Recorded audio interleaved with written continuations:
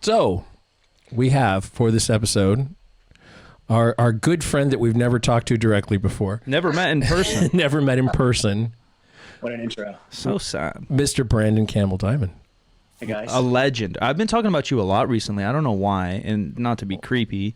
Too late. I just get bored, all right? I'm bored. I'm live streaming on Twitch for 12 hours a day, and there's a lot of fitness fans in there. And so conversation will come up about OGs or where the YouTube game is now or whatever, and your name's always brought up as just an original that put out good content that's real, that has solid advice, that doesn't overstep his bounds. Yeah. Like, it's so easy to be like a good content creator.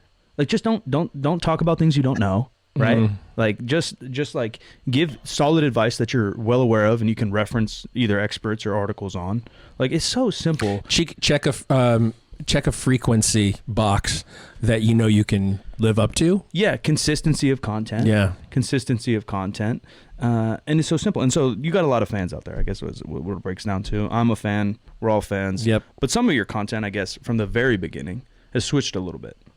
Yeah, I mean, I guess it's really similar to your guys' show, right? You talk about what you know, and when you don't know something, you let someone else who's usually more informed than you talk about it and fill in the gaps, right? Yeah, easy. But in the beginning, it was more like a kind of training vlog. Well, it's interesting. I got into YouTube specifically through the bodybuilding.com forums, which forums were used to be a thing back then. So that kind of dates when this kind of started and kicked off. And initially started posting supplement reviews because I wanted to basically have companies send me stuff. And a lot of people were just logging it via the forum. And I thought, hey, you bring in a audio-visual aspect to it, more people will probably watch it, because that's when YouTube was really getting kicked off. Yeah. And I figured, like, when I want to know something, what do? I YouTube it. So I started doing that. And then that led to people saying, oh, well, what are you doing for training? What are you doing for nutrition? And then I got to that point where the YouTube fitness space got very saturated with people who just were kind of talking out their rear ends, and I had to kind of switch gears a little bit because there's a lot better people putting out smarter and a lot of more evidence-based stuff than I was at the time. So I kind of stopped doing that, and I started talking more equipment stuff. That's kind of where my passion has lied. Now I still just basically do some training, but I just talk about equipment and try to give my perspective, because obviously anytime you're buying gym equipment, it's not usually something you can go in the store and get your hands on. If you're spending several thousands of dollars on things that weigh several hundred pounds, there's a good chance you're not going to be able to return it or go through the steps or costs in order to do so. So I just try to give people kind of that feedback of, hey, this is what it is, this is what's good about it, this is what isn't good about it, and this is why you shouldn't necessarily consider it. We'll dig into maybe some of your advice on that equipment. That's kind of what this episode's based around, because everything's freaking sold out for one. Yeah. Everyone's freaking out that they might lose a 50 pounds on their squat. They're acting like the world's ending. But what I'm more interested in is are you like interested in equipment? Now, to not get sad, the only thing I've found as an adult here that really gives me fulfillment or joy, the only thing, is when I get like a deal. When I get one up on someone else, I feel so good. So like to buy my car, it took me like 10 months because I needed to get a good deal. To buy my house, it took 3.5 years of hunting the market because I needed to get this deal. And so I haven't made a home gym, but I know if I did, I would probably get into the nuts and bolts like what you do, just because I want that deal. I want the best thing at the best price that's most efficient. And I don't drive a Rolls Royce. It's just that I want to get the most bang for my buck compared to everybody else in the world. Yeah. I want to win. Right. I think a lot of that is there comes with trade-offs, right? And I mean, it's like any hobby. You initially get into it because you like it, and the more you get into the weeds, the more nerdy you get into it with any hobby, almost probably to the point where you become a little bit overloaded, then you kind of take your foot off the gas a little bit. But there's always trade-offs. I mean, it depends on what you're looking for. Yes, you can get good bang for your buck from a lot of stuff out there, but some of the trade-offs might be in the quality of the equipment, maybe the footprint it takes up, maybe the customer service that you're going to be dealing with, you know, the hassle of actually getting someone on the phone and talking to them. So I think there's always trade-offs. But that being said, if you're in the market for getting deals and you are in the selling market right now, obviously you said everybody's sold out. So the secondhand market, which I think Alan talked a lot about in his call with you guys a year ago, it's ridiculous the pricing that some people are charging and actually getting for a lot of stuff right now. Yeah, I was casually, again, on Twitch with my buddy. He lives in Houston. He's in the chat. Shout out to Bibby. And Bibby's like, man, Mike, you want to like help me find a squat rack? I'm like, yeah, man, I'm streaming for 12 hours. We'll do it live on the internet. Yeah, So yeah. I hop on Craigslist Houston, and there's like I'm pretty sure it's like the most rusted rack, the shelf racks where it's kind of like. Oh, the pyramid style ones? Yeah, kind of like a pyramid style, old school commercial rack, rusted to the bone. Like I wouldn't put 135 on this thing. And they're charging like $3,000 or something. And it's in someone's backyard. I'm like, where do you even think that's like even close, you know? Yeah. Like what the hell is going on? Yeah, I don't understand that. I know people are making concrete weights now, like the real flashback. Or squat racks out of 4x4 wood. Yeah, wood yeah. Squat racks. I've seen a lot of wood squat racks. That scares me. All of it scares me. I'll just skip fat. I'll skip all this. I don't care. Too late. We already did that. I don't care. I think it goes back to what you're saying, right? It's everybody's sold out and everyone's worried they're going to lose their gains. Like who knows when gyms are going to reopen. So people are kind of desperate, and when the supply is low and demand is high, that kind of the market will dictate itself. Yeah, so. It's true. It's true. But you have squat racks to feed the world. How many do you have? How many? Your whole basement looks like a full gym now. Yeah, I'm down to. So we're renting right now because we're building a house, and like it's odd that one of my main concerns with building a house is I wanted a 9-foot ceiling in my basement specifically for the gym, and the rest of the house I was like, my wife, you have carte blanche on what you do now. But like even now, I'm in a small little garage, and I bought a specific setup for this garage because I think that gets into again what you were saying before about the pros and cons, getting a good deal. I think also you have to build for the space that you have and what you want to get out of it. That's going to dictate a lot of the cost and the footprint and things like that. So, do you feel like when you make these decisions, it's really around this meeting the space plus your own like aesthetic or sense of how things should function, or is it company reputation first, or like where do you start? Well, I mean, I'd like to say it's company reputation. A lot of my stuff is Rogue, which I think for the most part offers a really high quality compared to the price. And I say that because a lot of their stuff could be considered commercial grade, whereas you start getting into some of the legacy commercial grade equipment like, hammer strength and stuff like that, and you're looking at ridiculous prices. But because people think it's going in a home, they think it should be cheap and affordable, like something you'd get at Walmart. And again, there's definitely trade-offs in what you get. For me, though, I think it comes down to usually three main things. Price for me is probably one of the most prominent things that I think about, but also how much footprint it takes up. So again, right now in the garage that I'm in, which is a multi-purpose use, if I could flip the camera around, you'd see lawnmowers, gas cans, kid toys, all sorts of stuff. The footprint something takes up. Usually, if you're going to get something that takes up a massive footprint, it might be ideal because you can get a lot away with it, but it's not going to be ideal in terms of where you're putting it. So the last thing I also look at, so price, footprint, and then also usability. So obviously you can get stuff that you can use for just more than one purpose. So you probably don't want to go out and buy a pet deck for your gym, even though you really want to do some flies and stuff, but it doesn't make sense because the price is probably going to be really high. It's going to take up a high footprint, and the usability on that's probably pretty low. Yeah, it seems like the old school way, and I think what you have is just like a squat rack, a squat cage, whatever you want to call it. But I've seen more people, and maybe it's because it's more the niche that I follow are power lifters specifically. A lot of guys are going with like I don't even know what it's called. Not a utility rack. I only had one cup of coffee today. Bear with me, folks. Bear with my brain. Like a combo rack? Yeah, combo rack. There Combo you rack. go, yeah. More people are just going with the combo rack, which I would assume takes up a little bit less footprint than a squat rack. But you can't do, like you said, usability. You might not be able to do rack pulls or some other stuff in there. Talk about the first piece, right? I think that's where we're at. It's kind of a squat rack, or maybe you're a bro and maybe you just want a bench. I don't know. I think I go squat rack, but teach us. So I think for most people, a squat rack would probably make most sense because, you can do a bunch of stuff, the main compounds with it, and you have a place to put your barbell. I think a step up from there would probably be a full cage because you get kind of the added benefits of, safety, which especially during this time when you shouldn't be training with other people, you want like, full on cage versus just some spotter arms or whatnot. But then you open up the whole world of attachments. And I think to your point with the combo racks, it's really good if you're a power lifter because you can squat and bench in it and you don't need anything to deadlift in. But the downside of that is you can't add any attachments. For the most part, you shouldn't be failing in an actual combo rack. You should have people spotting you, which again, in this time isn't really a good way to do it. And I think a lot of people are actually going combo racks now strictly because they're some of the only things still in stock. And even though they take up a very small footprint and they have low usability, the price point's extremely high. So, you get a good combo rack from like Eleiko, ER, Elite FTS, you're looking at probably like after shipping, like almost $3,000 just for that. But I think it's, again, a testament to the times where people are willing to pay whatever, and maybe they don't have a space set up for a home gym and they're forced to have a home gym, that's why they're choosing to go that route. Yeah, no chin-ups, like you said. Like, that's a basics that I go to. Like, everyone says, Mike, what exercises are you doing? Well, first off, I'm doing none. But if I were to do them, it'd be like squat, bench, dead, row, or chin-up. Right. And if you don't have, you can't do, you already eliminate like one or two if you just go combo rack over a squat rack.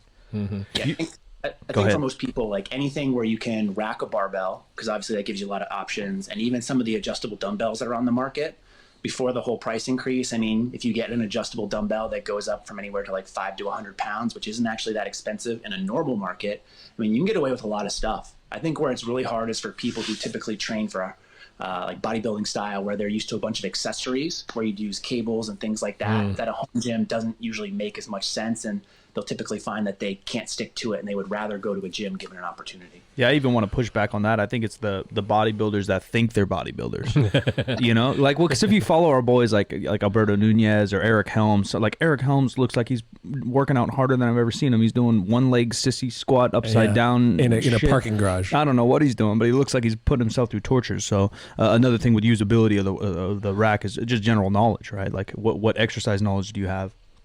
And what experience and just a hair of creativity. You can kind of do anything with some bands and, like you said, adjustable dumbbells opposed to your fancy pec deck. Right. So this brings up a question to me that I was going to save for later, but it just seems like as good a time as any. You work out alone, and you've made that choice because it fits your lifestyle best. A lot of people are suddenly working out at home who were working out in gyms before. Are people going to go back to gyms after this is over, or are they all going to stick at home? Is there going to be a giant garage sale of all this equipment that people just bought, which awesome, but or is it going to be It's a good question. I've thought about the same thing, and I had discussions with people, and some people are like, of course they're going to go back. Environment and equipment. I'm like, bro, equipment's not that expensive. Once you've trained alone, I've done it. I had a training facility, personal training facility in like 2009, and I would just train by myself in a little like basically storage unit, blast what music I want. Kind of felt good, a little bit of self-time, meditating time. And even now I'll go to Untamed Strength sometimes, but like I'm kind of training alone. There's people around, but it's much different than like a real team environment, which I've been a part of also. Which feels good also, but with money, with people's fear of germs, like who knows? Yeah, I think for the most part, it's probably going to be a mix of both, right? So there's definitely going to be people who can't wait to go back to the gym, especially when we talk about those who typically do a lot of accessories or can't get access to the equipment or machines that they'd want to use.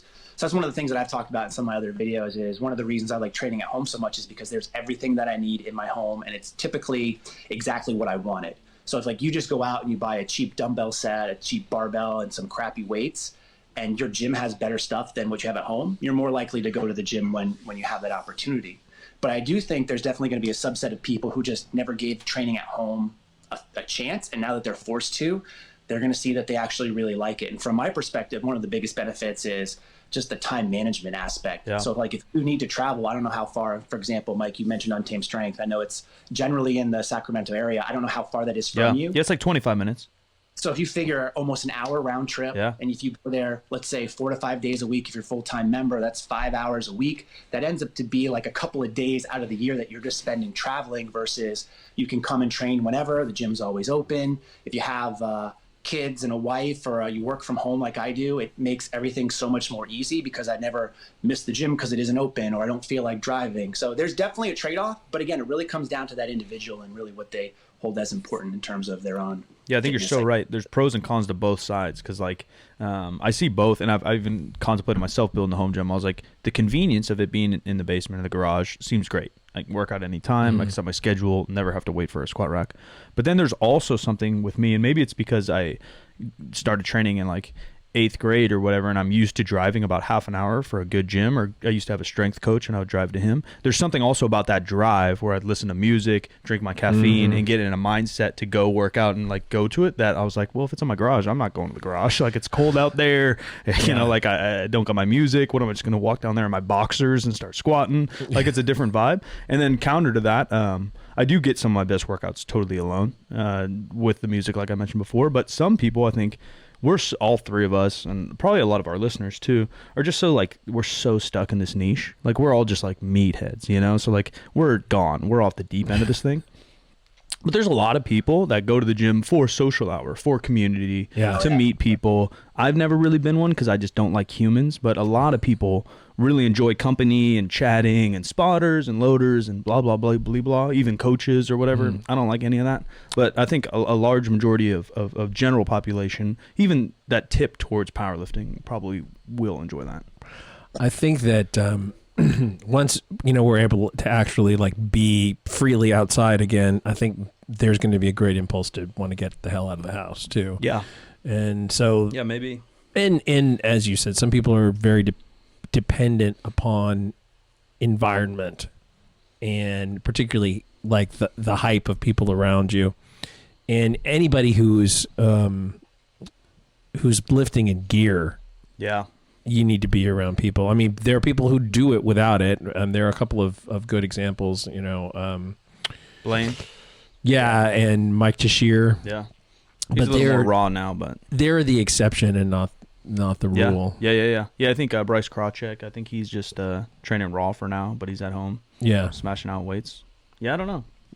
Yeah, I think part of the thing that can definitely help though too is like anything, even if you're working from home, usually if you have like some sort of defined space that that's what that area is for. Like obviously right now with the podcast where you guys were set up, if you were doing this on your living room couch, you have people walking in and out, like your wife or whatever gym or other distractions, obviously it's not going to be a great spot to consistently train. You're probably not going to be as motivated. So I usually try to tell people, make sure you have a defined area and that when you're going to go in there, you can go in there, because obviously there's a lot more distractions at home. You can walk to the fridge and get a sandwich. You can stay on your phone as long as you want. No one's going to be waiting for that squat rack or bench. Right. I think there are things you can do proactively to make sure that you're setting yourself up best for success. Yeah, it seems like Rogue kind of did switch that game up a little bit. And, obviously, YouTube, powerlifting, whole nother discussion that I actually had with a pretty cool crew of Omar, Johnny Candido, Alan, all those guys. We talked about like the history of YouTube powerlifting kind of, or where powerlifting is now and how it kind of got here. But it seems like Rogue played a huge impact on, like you said, kind of affordability for someone who's serious about what they do, that doesn't want the Walmart rack. Because even now, like, how many real powerlifting gyms are there in our nation? Not that many, really. Like more than there used to be. For sure. There used to just be like 3. But now there's some.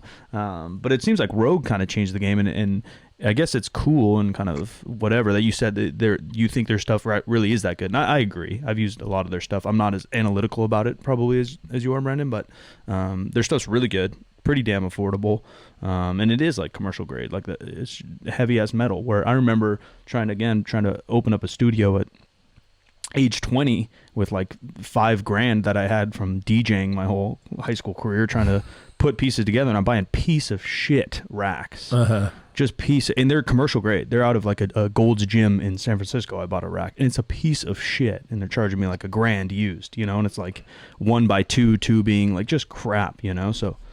I guess shout out to them, but everybody already knows what they're doing, so they don't care about my shout out. But beside the point. Well, it's interesting now because you take a look at like Walmart, and one of Walmart's brands for fitness equipment is Gold's Gym branded stuff. So it's like the bottom line. They also carry stuff like Titan, which a lot of people compare Rogue to, because Titan just goes out and clones people.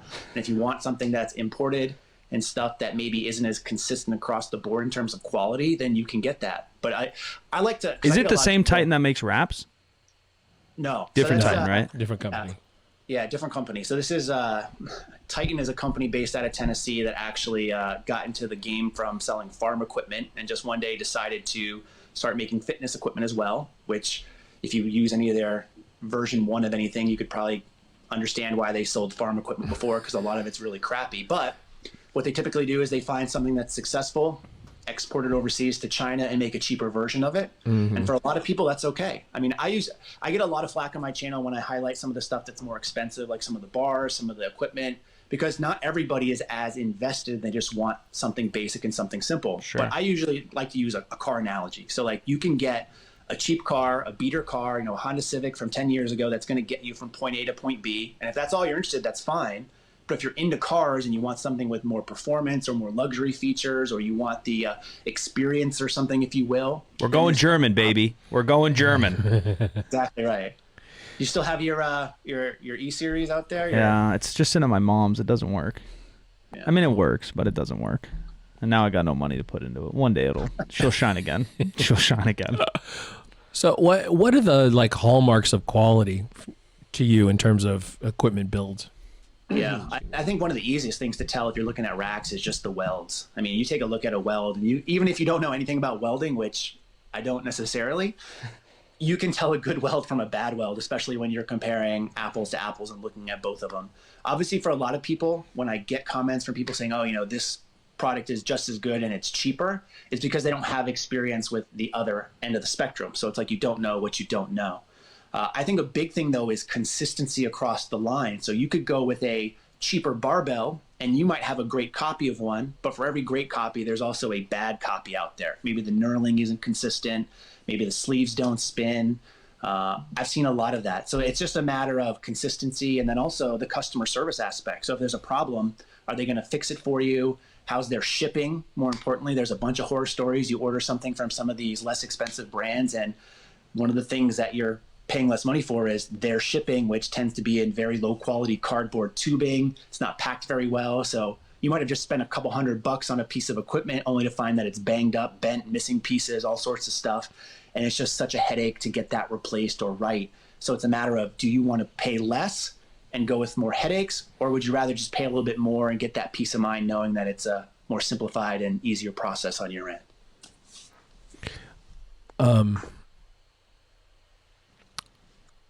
I don't want to put this in a way that is going to make it difficult to answer, but are there specific brands that you evaluated the equipment and said, no? I was going to put that. I had the same question. What are like top 3 brands you looked to that you trust? We know Rogue, but and then if you don't necessarily have to name names, but are there specific manufacturers in your mind that like, no, not that ever again?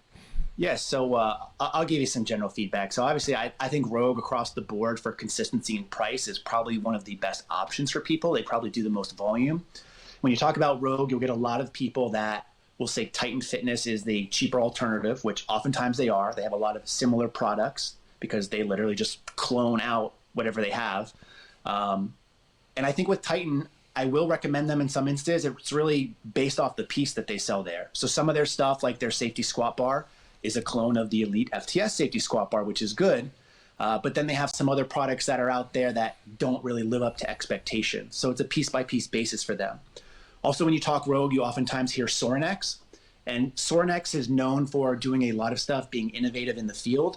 However, I find that they typically tend to cater more to large facilities, colleges, high schools, professional teams. So the home market really isn't their forte. So oftentimes they're at a more price premium, and their offerings, in my opinion, are very similar to Rogue. But then the shipping will really kill you just because they're not as mainstream as Rogue is with the shipping price as well, but you can get a lot of good stuff from them. Elite FTS, who I believe Right Fitness Equipment make all their stuff on the back end, good. But where they are in Ohio and their shipping usually kills a lot of stuff for me, in my opinion. So they make good equipment if the shipping price is right. And then you have some other people out there that are really making some waves, in my opinion, like Rep Fitness, who are making some of their higher end racks that look very similar to some of the better racks we've talked about already with Rogue and Sorinex and whatnot, but at a better price point because they're importing in from overseas. So there are a lot of good companies out there, and there's a lot of ones coming up as more and more people get into it. I think, though, when you take a look at the low end side of the house for any manufacturer, because most manufacturers will have, like their entry level stuff, their mid tier, and then their high tier. If you look at the low level stuff, especially if that company is importing things from China, they're just basically rebrands. So they'll be the exact same racks and they just have a different logo on it. And one of the interesting things that people will bring up sometimes, if you go on a site like Alibaba and type in, like glute ham raise or whatever, you'll see the exact ones that you're buying from all these companies and the prices that people are paying in bulk, and it will really open up your eyes in terms of markups and whatnot. So it's really kind of I don't want to say it's a gamble, but in most cases when you're paying more, it's for that experience, again, where you're going to get consistency, you're going to get higher end stuff. In some cases of Rogue and Sorinex, you're getting mostly American made. Rogue still imports all their weights, to my knowledge, outside of maybe some of their high temp bumpers, which come from a USA company. But on the lower end, it's kind of a free for all. So it really just depends on, again, what you're looking for and what you expect. I mean, you're not going to pay bottom dollar for a top tier rack. It's just not going to happen. Why do you think that is?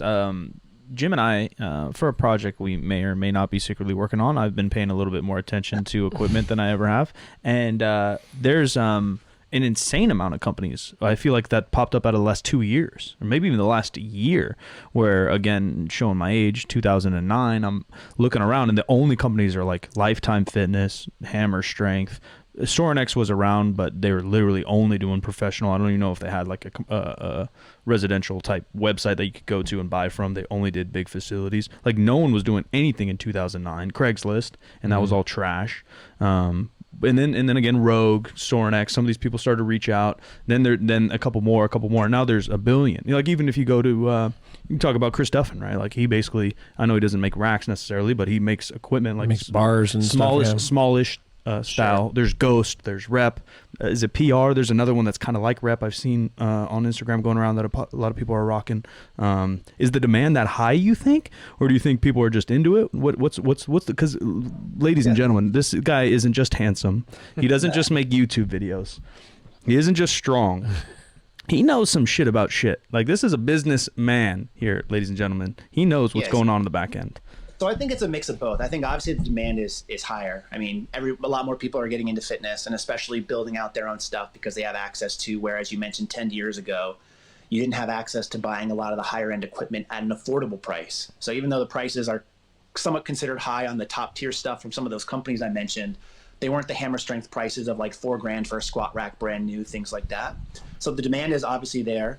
The accessibility has increased. And also, like, a lot of people are now able to do outsourcing themselves. I won't name the company specifically, but I know one company that puts out decent equipment that is literally one person just ordering things from overseas and importing them and doing all the shipping and stuff like that himself.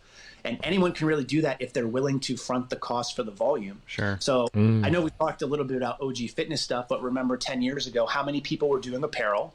Not many. And those that were doing it through, like, you know, Teespring and these other brands online, versus now a lot of them have distribution that are based overseas and doing high volume and designing and stuff like that. So the market's changed in terms of accessibility to people who actually want to get into it too, which I think is a big factor.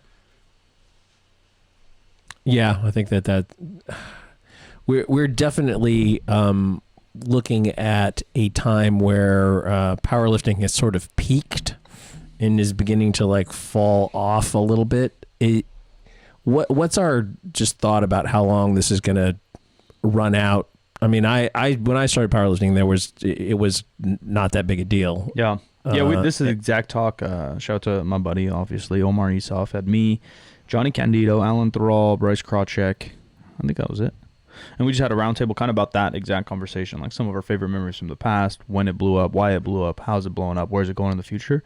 I don't think it's peaking. I don't think it's gonna. I think the growth has slowed down by numbers, but I don't think it's actually peaked. Like, if we get, I mean, I remember back when I did some marketing for a company that people may know about. I literally looked on Instagram, and I would just say, like, who is this? Like, because there wasn't like branding meetings or marketing meetings or like any like tunnel vision, right? So I just did it myself, and I didn't go to college for anything. I just think logically, like, who fits this brand, right? Like, what does this brand do? And I said, anybody who squats fits this brand, right? And I'm searching around Instagram, and there's nobody. I'm training sometimes at a 24-hour fitness, sometimes at a powerlifting gym. No one's squatting at the 24-hour fitness. Nobody. I go back to that exact same 24-hour fitness where my mom trains, or near where my mom lives. Started training there, I don't know, like 3 years ago a little bit. And there is 3 more squat racks that used to be in the gym, and they're full 24/7. And I don't think they're powerlifters. I think they're just chicks and dudes that want to kind of get strong. Some of them had some SBD stuff on. Some of them had a Rogue belt on or something. I think that market, which I consider, I'll call it powerlifting. Maybe they compete. Maybe they compete once every 2 years for shits and gigs. Or just not at all. Yeah, or maybe not at all. I think that market, I think the sky's the limit. It blows my mind that kind of the plyometric typical Fitspo girl is still really popular on Instagram, because there's so many people that have debunked that, obviously. And don't come after me, you little Twitter nerds. Like, yes, plyometrics do have an application. They're just doing it wrong. Those girls are just genetically blessed, and I love looking at them, but I'm not taking their fitness advice. I think it's like the booty always sells. Yeah. I'm not complaining per se. I'm just saying I'm not buying their ebook. But I think the general market for people squatting, deadlifting, even college coaches over the last 10 years that I've strength and conditioning coaches, pro strength conditioning coaches that I've talked to, trained with, whatever, have gotten exponentially better knowledge and experience from what was going on in the 90s and early 2000s of max out or power cleans only or throw this medicine ball or we're running 8 miles just because we're running 8 miles. Like, all that's kind of changed. So I think it's still growing, and I don't know if the USAPL or the USPA or what will grow, but I think people bench squat deadlifting are going to grow maybe forever. Slower, because we peak hard. Like 2015, I don't know what the number was, but there's like 30,000 people at USAPL Nationals or something stupid like that. Yeah, I agree. And I think part of it is just the general thing with anything that people are invested in. At some point, there does come burnout and tendencies change. So even like for powerlifting, and I watched that roundtable that you guys had, Mike, the other day too, and I was listening to Johnny talk about, dealing with injuries and coming back. And I think for some of it on the more competitive end, the people that are making a lot of the content that people see, people get burnt out, whether it's because it's injury, maybe it's because of lack of progress, whatever the case is, or maybe it's just something that they're more interested. So I've seen a lot of people go the jiu-jitsu route, it's something just another way to kind of get their athleticism out and their competitiveness out. And maybe they find an avenue where they can kind of scratch that itch, versus if they've been doing something for a long time where it gets a little bit dull or stale and they're looking to spice it up. I think that like a serious competitive powerlifting career is, this long. It's short. Yeah. It's, you injuries, and then just if you're going to be any good, you really, really have to commit to it. That if you're going to be just like a weekend warrior lifter, you can do that forever, I guess. Yeah, and even a weekend warrior, if you're pushing yourself, it's hard. And we didn't really touch on it in that roundtable, but like, because I think Johnny was talking about like you need 10 years in the sport to be really, really good. I'm not going to disagree there. And he's like, some of these young guns are crushing and they're at the top, and they've only trained for 2 to 5 years hard powerlifting, but that's because the genetic pool and the talent pool has grown, and I do agree with that too. But what I disagree with is like you just said, the mental burnout and the physical burnout. We don't really know when anyone's peaked, because like no one has, like whether you want to go the untested route or the tested route, like Bryce Lewis and people have been in the game a really long time, and he's still making really good progress, and he's obviously strong as shit, but and he's been in it about 10 years, but like other than Bryce Lewis, like I don't, there's not a lot of names running around that have been going hard like him for 10 years plus. And I just don't think it's going to be that common. It's not like the NBA. You can't. Blaine Sumner. Yeah. Blaine's been around a long time. It's just uncommon, but I mean, of like the genetic freaks or the whatever, like even a Dan Green, like he's been training for 10 years, sure, but like he hasn't been like Mr. Competitive for 10 years. I don't know. But personally, sadly, I don't really care that much anymore. Like if you crush big numbers, that's cool. Shout out to Johnny and Bryce and those guys that go so hard. I do respect it beyond belief, because I did it for a long time, and I still do. I was about to try to crush some numbers, but it's hard. It's hard mentally. It's not always fun. And that's kind of where the roundtable ended, is like we need kind of money, we need some organization, which we've all talked about for millions of years, how many federations there are, how there's no upside to really taking it as a full-time athlete. And so why would you, unless you're a little psycho, which is probably true. I wanted to go back to equipment real quick, because there's something I know nothing about, Brandon, and I've seen you talk and post about, is knurling. You guys are talking about knurling like it's fucking Picasso's paintings. You got the squiggle versus the straight line. You got different terms for all this. First off, what nerd came up with a fucking knurling name? I want to know who does that. And is it like tied into some machinery past stuff? I know you know about knurling, buddy. Teach me. Yeah, I mean, that's the basic of it. I mean, you listen to Mark Ripito, what does he say? Is like the barbell is your connection to the weights. And in that case, the knurling is your connection to the barbell. I mean, you see people using chalk, and especially when you get into powerlifting, like when you're talking about, have a heavy squat on your back, you don't want that falling. Talk about deadlifts, where is it missed the most, in the grip portion of it. So anything you can do to help make sure that barbell stays in your hand, that's what it's really important. And one of the things you'll find is a lot of times on gym bars or the cheaper bars, the knurling, the grip, isn't very aggressive. I mean, and it's hard to hold on to those bars, whether your hands are sweaty or whatever the case may be. And the mark usually of a good bar, especially a powerlifting bar and a power bar, is an aggressive or grippy knurl. Because then you can get into the weeds of, do you want something that's shaped like a volcano and very pointy and digs into your hands? I'm sorry, a mountain. Or do you want a volcano where it's raised up but then has a big crater in it, so there's more surface area and then it's thus more grippy?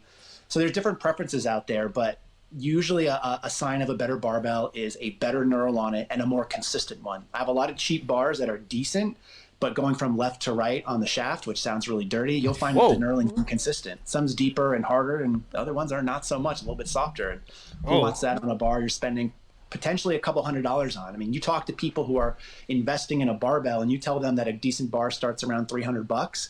They tell you that they could get a barbell and weights at Walmart for $150. So It really just depends. Right. I know I've used bars that basically felt like cheese graters. Yeah. They would just tear you up, and they tore up equipment too. Competition, Eleiko weightlifting bar. That's one of the gnarliest things I've ever messed with. And then what was the big squat bar? Which one? The not Mastodon. No, I don't think the other Bulldog. one. Bulldog? An Iron Wolf one. That was Iron Wolf. An Iron Wolf bar. I it saw feels that. like a tortured stripper pole, just on your back. I think I bled everything, ripped my shirts up and shit. Yeah. That was the gnarliest thing and I've ever messed with. It tore J cups and on monoliths, and you see like divots from moving the thing back and forth. That was painful. Yeah, it's like a file. And it comes down to personal preference and what you want too, because that also opens up a whole nother door about finishes on bars, right? So a lot of people are into Cerakote, which are fancy colors and coatings, kind of like you'd find on a lot of guns these days, which are something else a lot of people are into, shooting and whatnot. You have stainless steel, you have zinc, you have chrome, you have black phosphate. And depending on what kind of finish you get on the bar is going to affect the cost, but also the feel of the knurl. Because if you're getting something that's basically an application layer over that knurling, if you have really aggressive knurl to start on a bare steel bar, you could potentially dull it. So there's that question to bring in. And then if you want like a really good feel on a bare steel bar, you have to think about, is it going to oxidize and rust in the environment you're training in? Is it worth it having to go down and scrub it with an oil and brush every week or so to make sure that it's not rusting on you? So there's you can get pretty nerdy with a lot of this stuff. What's Campbell Fitness favorite knurl and coating? Ooh. Yeah, so coating I actually don't like. I would prefer a bare steel or stainless steel bar. The biggest trade-off there is stainless steel is a lot more expensive. So where bare steel is probably the cheapest bar you can buy, the stainless is probably the most expensive. It also has a little bit of limitation on tensile strength. So basically how much force that bar can take before it's permanently deformed. So if you're doing rack pulls, then a low tensile strength bar probably isn't good for you. So I tend to avoid coatings and finishes outside of, like I said, just a bare steel or stainless steel. Stainless steel when possible, obviously, even though it's more expensive, because the maintenance and upkeep on those is very, very low. In terms of knurl, it depends on the application of what I'm using it for, but if I had to just pick one, not to sound like a rogue fanboy, I think that they have a very good knurl on their Ohio Power Bar because it's a volcano-like, so it's not going to necessarily cut you up, whereas something like a Texas Power Bar might, a Kabuki Strength Power Bar might, as theirs are more mountainous. So it really just depends on your own personal preference. I like to think I have somewhat thick skin. I haven't really had bars tear me up too much, but I know a lot of people that even think like an Ohio Power Bar is extremely aggressive. So it just depends. Ed Cohn had a spot on his trap that wouldn't heal because of squatting with bars, and I don't know how aggressive those bars were. Like the Iron Wolf bar, I know he was never using one of those because they were not legal in the where he was competing. But those were made pretty much specifically for multiply geared powerlifters, because it wasn't actually sitting on your skin for the most part. Right, it was sitting on this thick polyester straps. Zero whip. Same with the Mastodon. Zero whip. That's something I guess we haven't talked about, and it probably relates to tensile strength a little bit. But whip in a bar, obviously much more common in weightlifting. But yeah, Mastodon, or like a Texas squat bar, which was really popular 5 years ago and probably sits somewhere in the middle of popularity now. That'll still whip. That thing's thick, pretty good knurl, but that thing will still whip on you. I'll put 4 plates on it and you can kind of feel it. Or a Mastodon or the Iron Wolf, like It's 600 something reverse band. The thing's not whipping. Yeah. It's a very different feel about it. And again, this is all kind of nerdy talk, because if you're just learning how to squat, or you're, you know, squatting 315 and you just kind of want to build your quads, none of this really matters. But if you've been squatting for 3, 5, 10 years, you'll start to notice every single bar and how it kind of feels.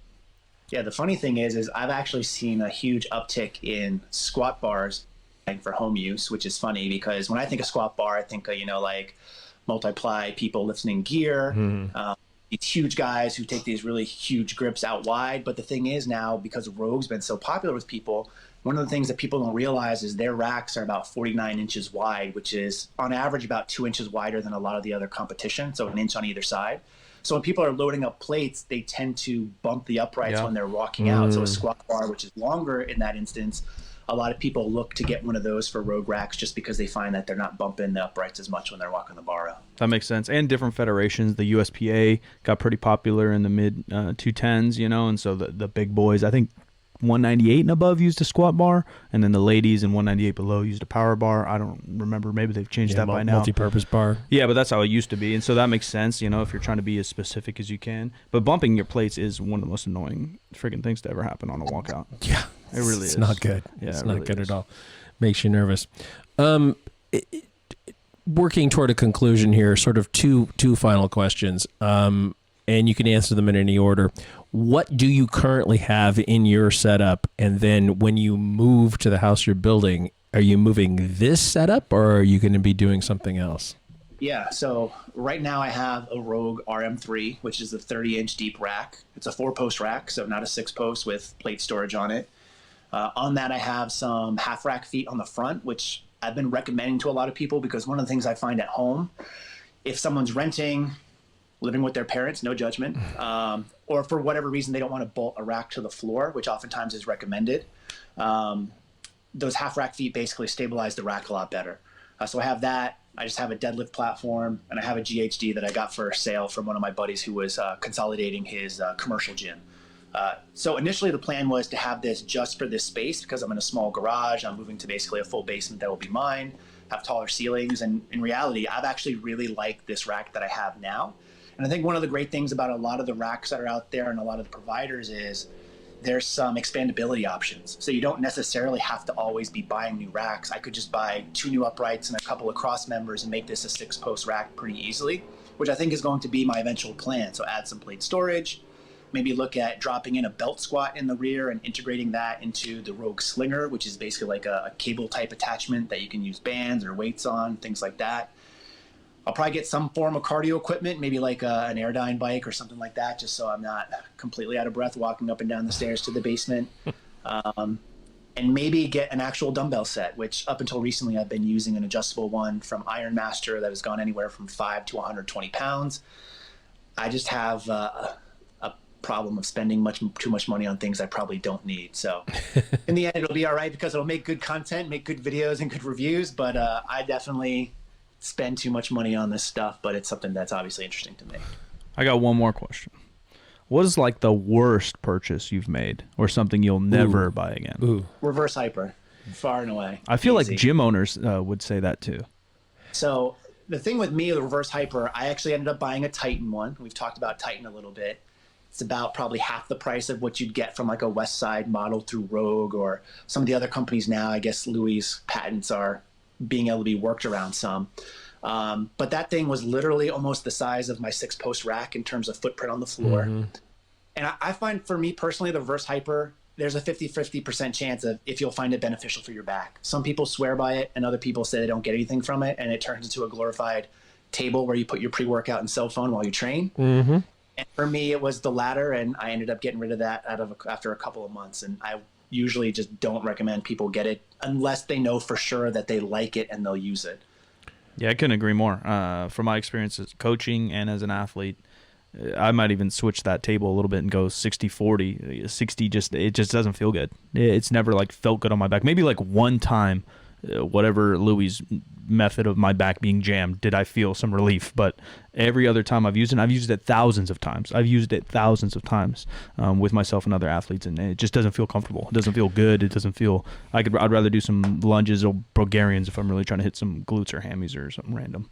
I will just say from my experience, like before I started powerlifting, and I started doing this when I was over 40, which I don't recommend as a starting time in your life. Try to start earlier. You're not saying you should start earlier. Yeah, I'm not, but I mean, you can do whatever you want. Just be careful. But I mean, I was diagnosed with a couple of disc bulges in my lower back before I ever started, and then I immediately was going to a powerlifting gym that I was having to drive, more than an hour one way to get to.